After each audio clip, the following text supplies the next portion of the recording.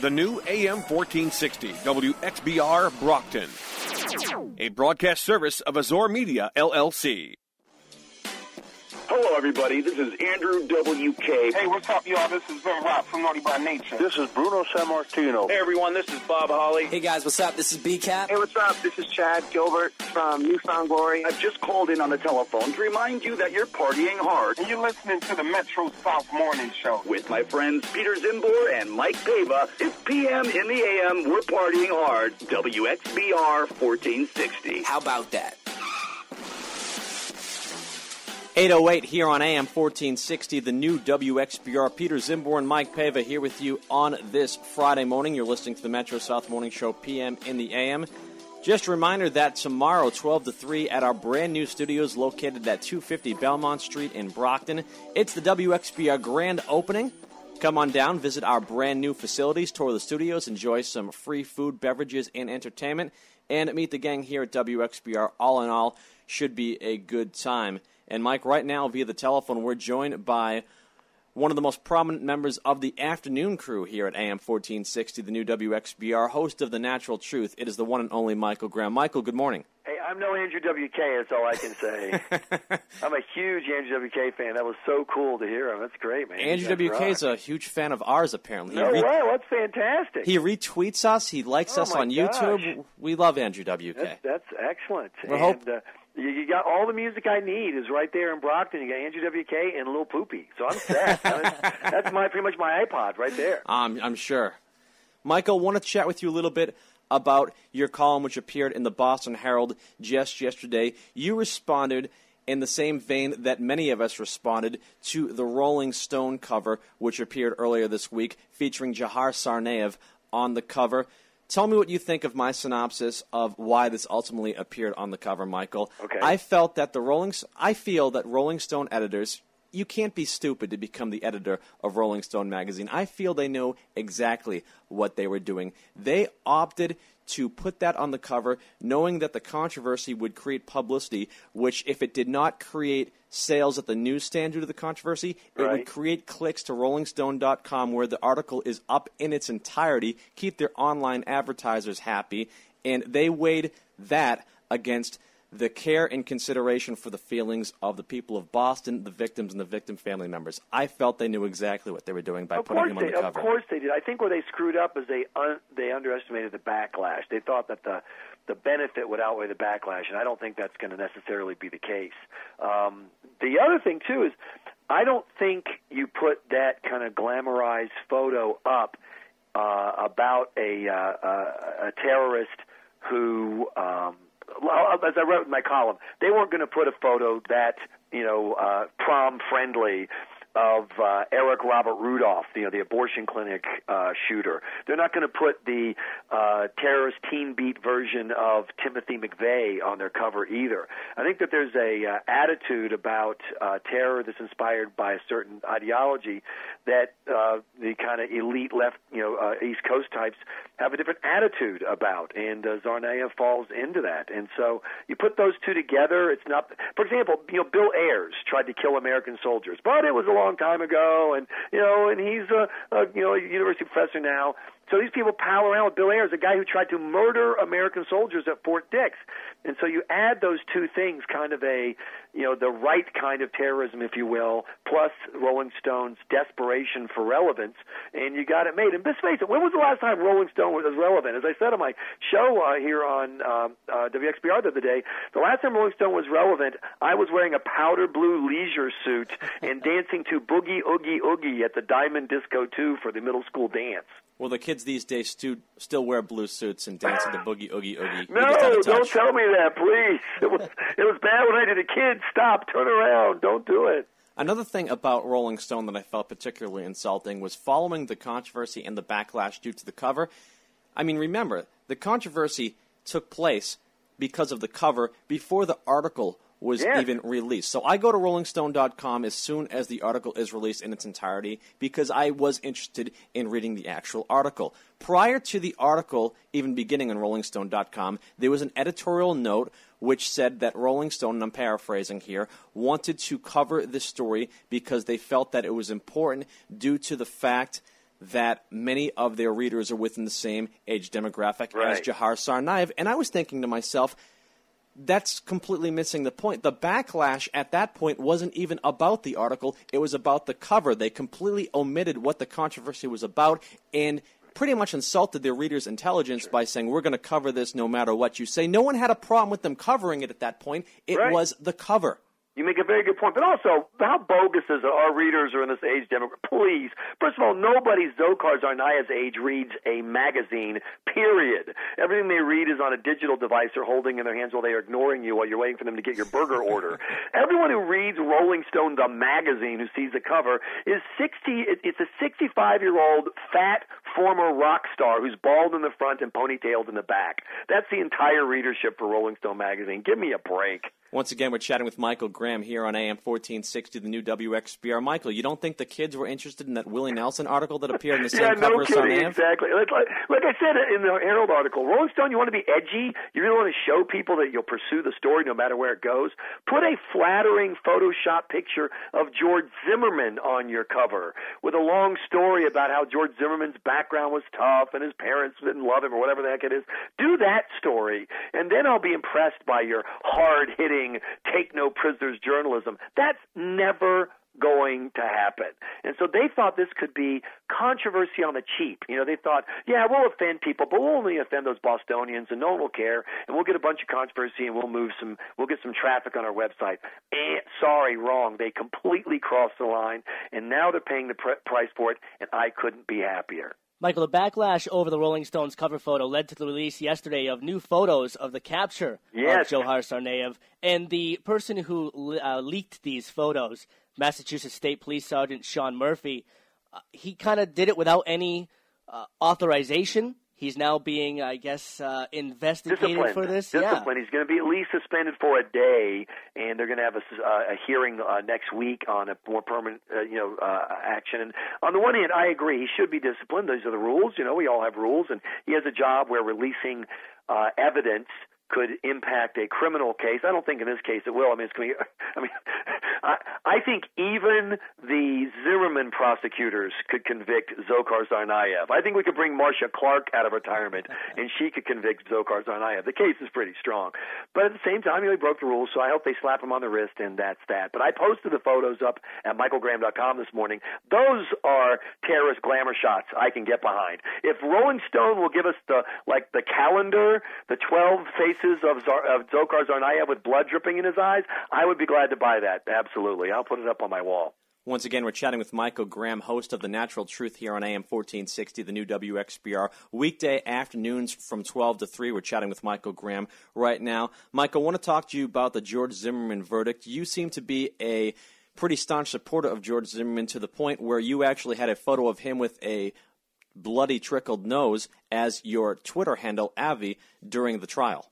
Yeah, and the reason I put that up, and I wrote a piece about it entitled "I Am George Zimmerman," has nothing to do with admiring George as a guy. I mean, I think that, and I still continue to think after watching everything, that he's kind of an overzealous wannabe cop, Barney Fife type who couldn't make it as a real police officer, and so now he plays cop. And so that's that. I'm not a fan, but when you have the state, one of the big things we talk about on the show every day here on WXBR noon to 3 is this relationship between the state, the government, the people we give all this power and all this money to, and us.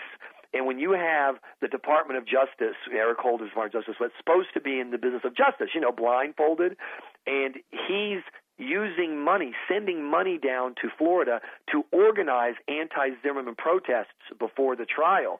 When federal money is being used to help bus kids from a town 100 miles away, so that in the lead up to the decision to prosecute Zimmerman, you've got them in the streets. When you've got the President of the United States in the early days making a point about the color of one of the people in this case, when you've got the judge berating a guy over his Fifth Amendment right to not testify against himself or not testify, that's the state. Once again, I don't care if individuals, if the listeners of XBR want to call George Zimmerman a loser, that's fine. If Al Sharpton wants to rally, that's fine. But when the state starts doing it, they're supposed to be our state, and that means if you're a 15-year-old gangbanger who's been busted, or if you're a Wall Street broker who's cheating, or you're a wrongly accused whoever, the state's supposed to be neutral. And if the state can do that to George Zimmerman because of politics, then they can do it to you and to me. And that's why I wrote I Am George Zimmerman, because we all are, because the state can always choose to target us.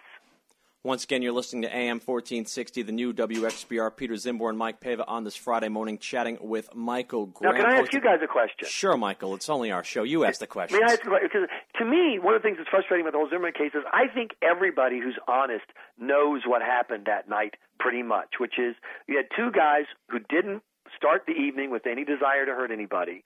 They both had preconceived notions about the situation that they accidentally found themselves into. And through a series of mishaps, they ended up in this mess that tragically ended with one of them dead and the other one's life ruined. Neither of them had malice. Neither of them, were out looking for trouble, I don't think. And it's just tragic. Do you guys disagree with that? That's probably true. I think the position that Mike and myself took on this, and Mike, feel free to chime in because I don't want to speak for you, the position we took on this verdict coming down was that it was more or less the correct verdict to make because of the fact that no one knows exactly what happened that night. There were 100 eyewitnesses, none of whom could get their eyewitness accounts to correspond with one another. Right. And it seemed to be a situation that got rough, turned tragic. It's a horrible situation, a tragedy, but it's not something anyone intended. That's what we felt, and I think maybe we're kind of in line with your thinking with that. Yeah, and that's what I don't. If and because of that, Michael, it was difficult for me to see people feeling so passionately one way or another. Oh, this guy was a monster. This kid was a punk. How do you know? No one knows. No one knows what happened, but those two guys. We have incidents of outrage to talk about in America. Fortunately, we have far fewer today than we have in the past. But, back in the era of the Rodney King riots, when you watch that video and you saw what happened and then you saw the cops were not going to be disciplined, I can understand why a normal, typical person of any background would go, oh, that's wrong. This case was so not that. This case was so not the kind of miscarriage of justice as an Emmett Till case or the guy who was shot up in New York 41 times by the police holding a wallet in his hand. And that's what's frustrating. I want to join the debate. If you listen to the show, the premise of the show is not Republicans are right or Democrats are wrong, whatever. The point of the show is that people in power tend to use that power to screw everybody else. It's human nature. And we got to get together, the rest of us, and at least call them out on it. Well, I'm looking for that opportunity to call them out on it. But this wasn't that case. This was a close call, no matter how you look at it, about a confusing night and two unlucky guys. And to listen to people say this proves that America is racist, this as the guy, a protester in Worcester said, this proves that America is a racist, violent country where you can gun down young black and brown men. That's just ridiculous. When my governor said that it's open season on black boys in America, after this case, no, not this case. This case doesn't prove that at all. I think when it's all said and done, two people know what happened that night. One of them, tragically, is buried at this point. How are we to so defiantly say what did or did not happen that night, as people had nothing to do with the situation? And what I hope, what would be nice would be if people on the left who tend to talk a lot about the process of justice. They try to explain why flag burning, for example, has to be defended, which I happen to agree. But, it upsets people to see American flag burn. They say, well, you have to understand the legal issues involved here. When they see someone who's clearly guilty in a criminal case, and they walk, and people on the left explain, we have to understand that in this case, this system failed, but the system is good. Well, the Zimmerman trial would be a good opportunity for our friends on the left to remind people of this is how the criminal system works. It's not about are people good or bad. It's about what you can prove in the courtroom. And that's what's been another frustration about our friends on the left who have declined to take that opportunity and remind people this is the justice system that protects lots of people, and more often than not, it protects the powerless as opposed to the powerful. This situation, this trial, while it is over from a criminal standpoint, probably not over completely. There'll be a civil lawsuit. What are your thoughts on that congressman from Illinois who earlier this week put on a hoodie at Congress and made a big stink? Well, once again, whipping up people's anger and fear, opposite of what we need. I have no problem, by the way, with having a civil trial. I think that it's completely reasonable that George Zimmerman could be civilly liable for the death of Trayvon Martin, but not criminally, responsible. And if that's how it works out, I will not bat an eye. I don't want the federal government, however, to try to turn this into a civil rights case. The FBI, and this is Eric Holder's FBI. This isn't Evil Halliburton's FBI. Interviewed more than 30 people. They can't find any evidence of George Zimmerman being a racist. None. Think about that. It's hard to imagine a person that you couldn't find some evidence. I mean, I'm assuming that some FBI agent when tracking me would go, wait a minute, you're saying he wouldn't order the blackened redfish? There's some way you can always find something. And the fact that they haven't on Zimmerman is amazing. Now, I know we're going to run out of time eventually. Can we get to the Detroit thing real quick? Sure. I think this is absolutely hilarious. I know it's not for the people who are in Detroit, particularly the government hacks who are on pensions. But, man, talk about a group of people, a city that has given them, punched themselves in the face. I didn't know this until I was reading some coverage this morning. In 1960, before we were born, Detroit had the highest household income per capita in America. Think about that. Detroit was the richest large city in America, and today it's the poorest. How the heck did that happen? Multiple car industry bailouts, billions of dollars of federal largesse dumped into the city through all kinds of federal programs, and now it is. I remember when you watched RoboCop as a kid on cable. And you thought, wow, I hope Detroit never looks like that. It turns out RoboCop was a documentary just made 25 years early. Once again, we're chatting with Michael Graham here on AM 1460, the new WXBR. He's the host of The Natural Truth, which airs 12 to 3 weekday afternoons here on WXBR. Mike, before we let you go this morning, we have to get an I am Michael Graham out of you. I am Michael Graham, and I am thrilled to be on the new new WXBR AM 1460. I talk about the station all the time. A lot of my former listeners from TKK, that's now hip-hop, of course, listen to XBR, and I'm so glad that we are working together, and I love doing the show, and I hope everybody in Brockton, the South Shore community, will be part of the show, and let's keep real live conversation, left, right, conservative, liberal, up, down, black, white, keep the conversation alive. That's the best part about local talk radio. It happens, and we get to tell what we really think is going on. Mike said we need to develop a catchphrase. How did that one develop? Organically, or was it something you planned?